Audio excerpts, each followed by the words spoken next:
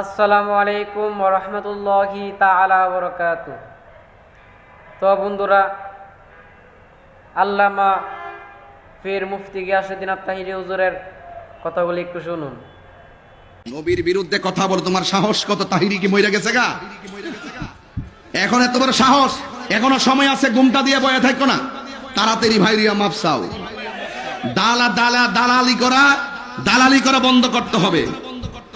14 গোষ্ঠী উদ্ধার করতে পারতা, দলিল না দিয়া বাংলা ভাষায় 14 গোষ্ঠীর কাছে এই দলিল নাই।